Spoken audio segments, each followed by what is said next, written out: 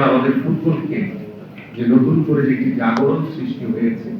আপনি ইতিমধ্যে জানেন যে আমাদের বাংলাদেশি বংশোদ্ভূত হামজা চৌধুরী থেকে শুরু করে বেশ কিছু খেলোয়াড় তারা বাংলাদেশের হয়ে তারা আন্তর্জাতিক পর্যায়ে খেলছে, যার কারণে আমাদের বাংলাদেশের ফুটবল আগের থেকে অনেকাংশেই এখন অনেক দিক দিয়ে সমৃদ্ধশালী একটি যাত্রায় করতে যাচ্ছে ইনশাআল্লাহ। আমরা আশা করি যে আমাদের ফুটবলের যে নবজাগরণ তৈরি হয়েছে সেই জাগরণকে ধরে রেখে কিভাবে আমরা সামনের দিকে আমাদের পুরুষ ফুটবল, বিশেষ করে আমাদের মেয়েদের ফুটবলাররা যেভাবে ভালো পারফর্ম করছে, মেয়েদের ফুটবলারদেরকে উৎসাহিত করতে, পুরুষ ফুটবলারদেরকে উৎসাহিত করতে ইতিমধ্যে আমাদের যে সিদ্ধান্ত, ইতিমধ্যে আমরা সকলেই অবগত রয়েছে যে আমরা খেলাধুলাকে যেহেতু পেশা হিসেবে প্রতিষ্ঠিত করতে চাই এবং আমরা চাই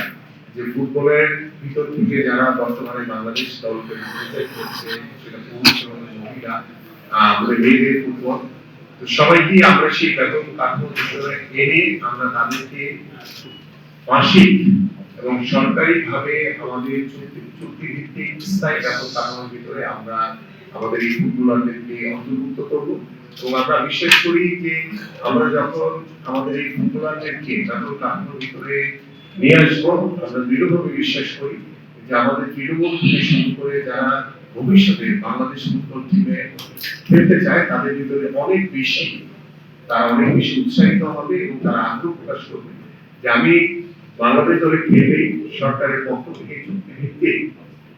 যে বেতন কাঠামোর ভিতরে আমাদেরকে নিয়ে আসা হবে, এটি অনেক বেশি উৎসাহিত করবে বলে আমরা বিশ্বাস করি। সার্বিকভাবে আমরা চাই যে আমাদের দেশীয় ফুটবলটাকে সমৃদ্ধি করতে, আমাদের উপজেলা থেকে শুরু করে জেলা পর্যায়ে বয়সভিত্তিক যে ফুটবল টুর্নামেন্ট, আমাদের মেয়েদের যে শুধু আন্তর্জাতিক ভাবে না, মেয়েদেরকেও আমরা যে তাদের যে ঘরোয়া লিগটি হয় বা সেখানে আমরা বিশেষ করে আমাদের যে অঞ্চল থেকে আমাদের মেয়েদের ফুটবলাররা উঠে আসে সেই অঞ্চলগুলোকে আলাদা করে আমরা সেখানে আরো বেশি করে লিগ আয়োজন করতে পারি কিনা বা তাদেরকে আরো খেলার ভিতরে আনতে পারি কিনা, সেই বিষয়গুলো আমি ফুটবল ফেডারেশনের কাছে অনুরোধ করবো যে আপনারা সার্বিকভাবে এই বিষয়গুলোকে পর্যালোচনা করে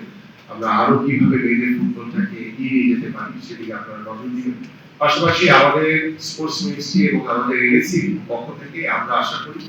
যে আগামী যে বাংলাদেশ গড়ার জন্য স্পোর্টসকে যে সর্বোচ্চ গুরুত্ব দেওয়া হয়েছে সেই স্পোর্টসকে বাস্তবায়নের লক্ষ্যে আমাদের স্পোর্টস মিনিস্ট্রি, আমাদের এনএসসি এবং ফুটবল ফেডারেশন সহ সকল ফেডারেশন গুলো আমরা একটি পরিবারের মতো কাজ করবো। যে আমাদের ফুটবলের মাঠের সংখ্যা হয়তোবা বিভিন্ন গ্রামীণ জনপদে অনেক রয়েছে, বাট স্পেসিফিক ভাবে ফিফার অনুদানে আমাদের ফুটবল ফেডারেশন কিছু মাঠের বরাদ্দ আমাদের কাছে চেয়েছে এবং ইতিমধ্যে আমরা আলোচনা সাপেক্ষে আমরা 3টি মাঠকে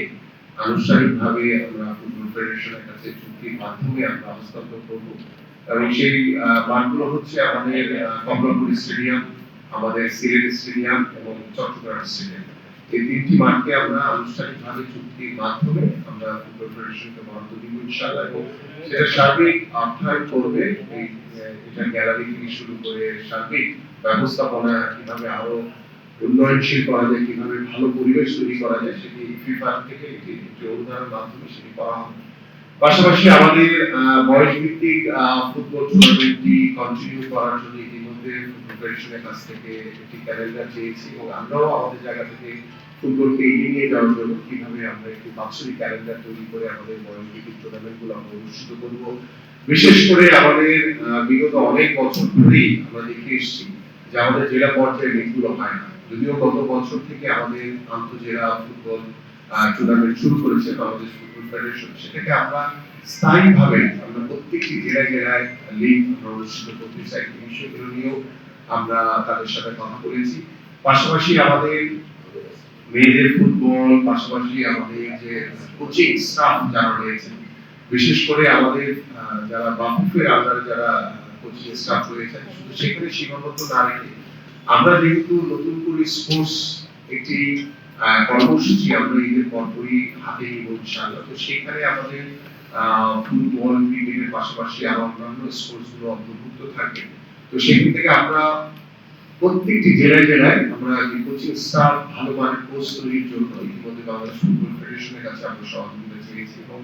সেই সহযোগিতার মাধ্যমে আমরা প্রত্যেকটি জেলায় জেলায় যদি ভালোভাবে কোচ তৈরি করতে পারি, তাহলে আমাদের ফুটবলার তৈরি করা থেকে শুরু করে সার্বিকভাবে মনিটর করা থেকে শুরু করে সকল সুযোগ সুবিধাগুলো আমরা ইনশাআল্লাহ সামনে এগিয়ে নিয়ে যেতে পারবো বলে আমরা বিশ্বাস করি। সার্বিকভাবে আমাদের যারা ক্রীড়া সাংবাদিক রয়েছেন, আপনাদের কাছ থেকেও সার্বিক সহযোগিতা চাই, কারণ আপনাদের লেখনের মাধ্যমে, আপনাদের প্রচারের মাধ্যমে কিন্তু আমরা আমাদের এই কাজগুলোকে সামনের দিকে এগিয়ে নিয়ে যেতে পারবো বলে আমরা বিশ্বাস করি।